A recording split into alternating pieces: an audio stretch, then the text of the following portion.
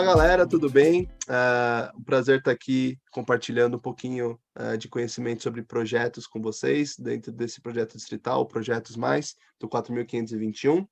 Para quem não me conhece, eu sou o Jude, sou rotaratiano do Distrito 4420, do Rotarate Clube de São Paulo, Independência. E a gente está aqui hoje falando da primeira parte do nosso primeiro módulo, né, de 3, sobre identificar projetos na comunidade, né, identificando projetos na comunidade. Nesse primeiro módulo, a gente vai falar um pouquinho dos primeiros passos, algumas dicas iniciais para a gente começar a tratar desse assunto, e aí depois a gente vai dando continuidade nos próximos módulos, ok? Prazer estar aqui, espero que você aproveite todo esse compartilhamento de essa troca, na verdade, né, de conhecimento. Bom, quais são então os primeiros passos para a identificação de projetos na comunidade? Aqui, o primeiro ponto, o ponto essencial, é que você conheça a sua comunidade, né? Isso parece óbvio, mas como minha irmã sempre me diz, ela aprendeu isso no exército, né? O óbvio, ele tem que ser dito, né? Então, começando sempre pelo óbvio, conheça a sua comunidade. Isso é o mínimo que a gente, enquanto rotaratiano, enquanto jovens líderes que querem desenvolver a sua liderança, conhecer a sua comunidade é um ponto essencial. E aí, o que significa conhecer a sua comunidade? Às vezes a gente acha que conhecer é só conhecer geograficamente, ou é apenas conhecer a vizinhança, ou simplesmente, eu moro aqui há 20 anos, então eu conheço tudo, né? Mas não é só isso, né? Conhecer a sua comunidade, ele tem um sentido muito mais profundo, que é identificar, por exemplo, quais são os pontos fortes da sua comunidade. Então, você saber que lá tem um comércio forte, ou que lá tem profissionais liberais, ou que lá tem, enfim, uma estrutura boa com escolas, com ginásios, com hospitais, enfim. Quais são os pontos fortes da sua comunidade? E isso vai ser muito importante lá na frente. A gente vai entender um pouquinho melhor o porquê que isso é importante. Mas, e até como identificar esses pontos fortes, né? Mas é importante a gente ter essa noção de que conhecer a sua comunidade não está só atrelado a conhecer de um modo geral, mas também saber elencar quais são os seus pontos fortes e, da mesma maneira, conhecer as suas necessidades. Ah, o que que isso significa? Significa que você também tem que saber, estar apto a identificar ah, o que a sua comunidade precisa. E isso não está necessariamente relacionado somente a pessoas ou a trabalho solidário, enfim, ações assistencialistas, né? Necessidades em geral, necessidades ambientais, sanitárias, de conscientização, de comunidades propriamente dito, às vezes de capacitação. Enfim, o que que a sua comunidade precisa? E, por fim, quais são os recursos da sua comunidade, né? Você tem bastante mão de obra capacitada, você tem, às vezes, algum comerciante que tem bens materiais que podem ser postos à sua disposição, enfim, quais são os recursos que a sua comunidade tem. Então, essa é a primeira dica. É importante a gente identificar esses 3 pontos e a gente, mais para frente, lá no módulo 2, vai destrinchar um pouco mais como a gente identifica os pontos fortes, as necessidades e os recursos da sua comunidade. Mas, para falar de identificação de projeto, esses são os 3 pilares, né? Pontos fortes, pontos fracos ou necessidades, e quais recursos você tem à sua disposição. E também, claro, né, quando a gente fala de recursos, também quais recursos você vai precisar para suprir essas necessidades, quando a gente está já falando do planejamento do projeto, enfim, mas isso é bem mais para frente, tá bom? Bom, dicas prévias que eu queria dar aqui para vocês.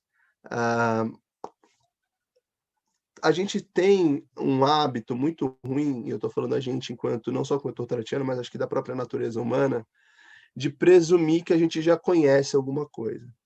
Então foi o que eu falei: eu já conheço a comunidade, eu moro aqui desde que eu nasci", ou eu já conheço a comunidade tal, porque eu vou lá desde criança".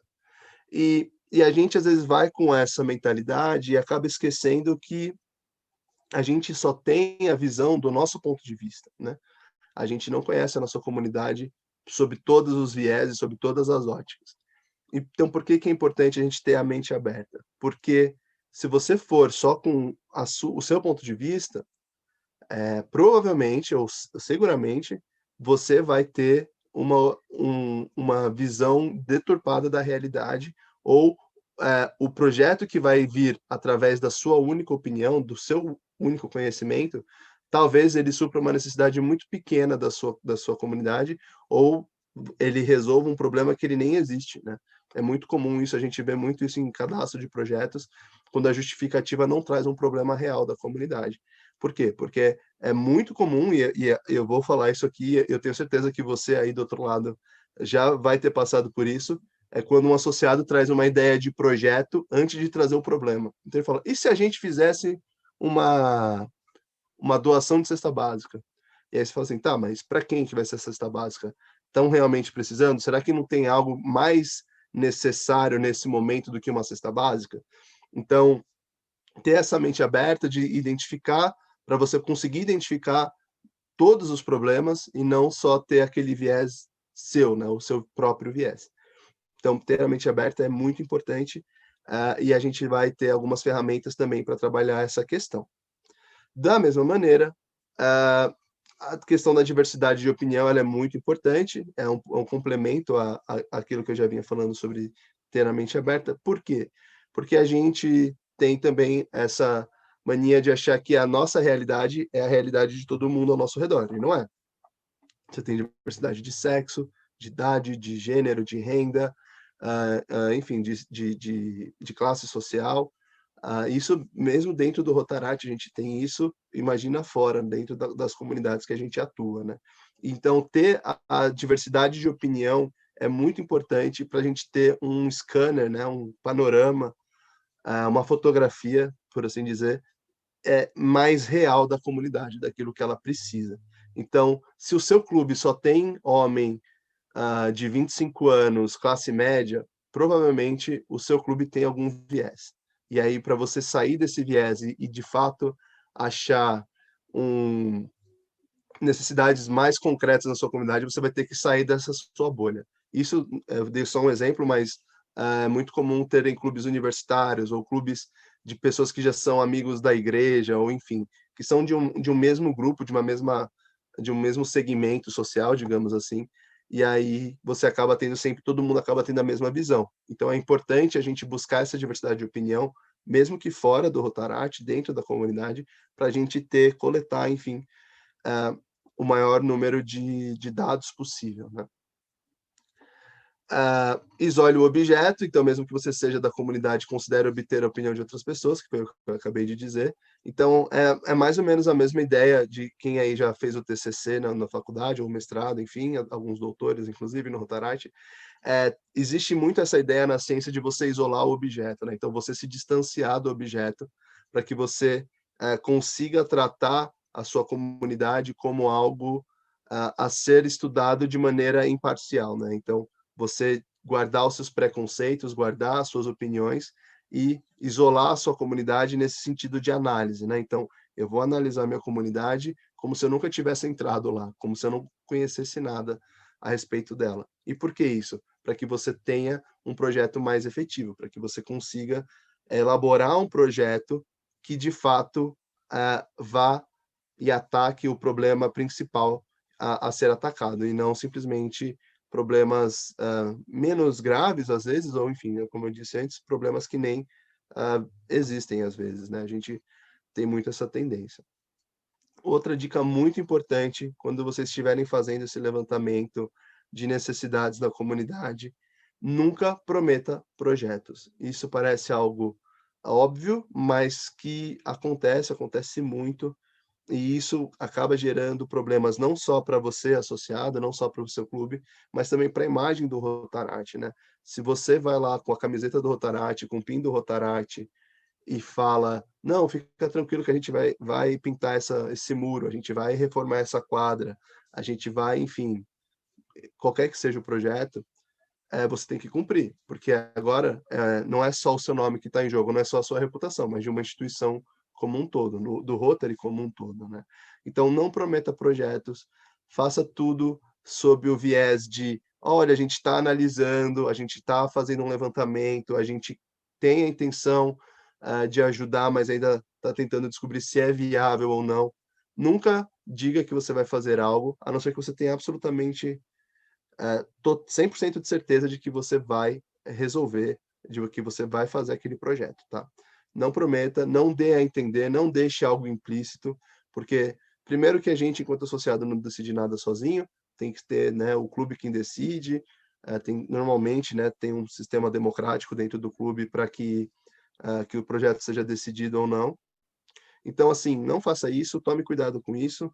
Isso já gerou muitas saias justas aqui no meu distrito. Espero que não ocorra com vocês nenhum dia, mas, portanto, evitem, tá? É importante, é uma dica bem bacana, assim. Pensem bastante nisso, tomem cuidado com o que vocês falam e a postura que vocês têm ao tratar com as pessoas da comunidade, tá bom?